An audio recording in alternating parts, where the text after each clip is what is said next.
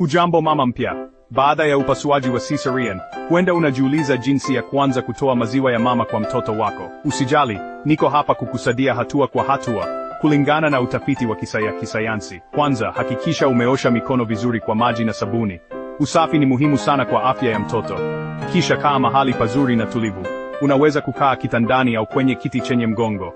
Weka mito mgongoni na chini ya mikono, ili ujisikie vizuri zaidi. Pumua pole pole na jaribu kupumzika.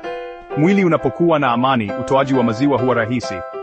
Shika titi lako kwa upole, kidole gumba juu ya titi na vidole vingine chini, mbali na areola. Sukuma pole pole kuelekea kwenye kifua, si kwenye chuchu. Kisha bonyeza kidogo na uachilie, kama unapiga hatua ndogo ndogo. Rudia hatua hii pole pole, ukizungusha mkono kuzunguka titi. Maziwa yataanza kutoka taratibu.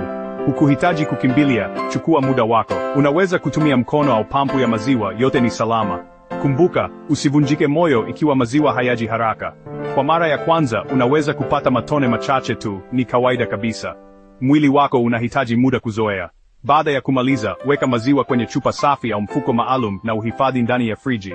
Hakikisha unaandika tarehe na muda. Mama, kumbuka kunywa maji mengi na kupumzika unapoweza. Kuwa mpole na mwili wako. Unaweza kufanya hivi. Asante kwa kunisikiliza. Jikumbushe, kila hatua ni mafanikio. Usiogope kuuliza msaada, upo peke yako.